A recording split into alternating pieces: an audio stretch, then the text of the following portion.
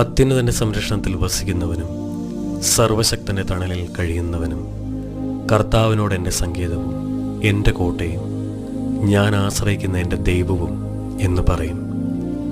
അവിടുന്ന് നിന്നെ വേടൻ്റെ കെണിയിൽ നിന്നും മാരകമായ മഹാമാരിയിൽ നിന്നും രക്ഷിക്കും. തൻ്റെ തൂവലുകൾ കൊണ്ട് അവിടുന്ന് നിന്നെ മറച്ചുകൊള്ളും. അവിടുത്തെ ചിറകുകളുടെ കീഴിൽ നിനക്ക് അഭയം ലഭിക്കും. അവിടുത്തെ വിശ്വസ്തത നിനക്ക് കവചവും പരിചയമായിരിക്കും. രാത്രിയിലെ ഭീകരതയെയും പകൽ പറക്കുന്ന അസ്ത്രത്തെയും നീ ഭയപ്പെടേണ്ട.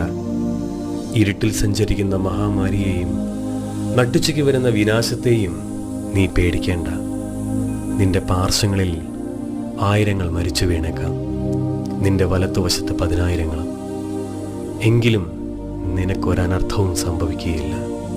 ഞാൻ അങ്ങിൽ വിശ്വസിക്കുന്നു. ആമേൻ.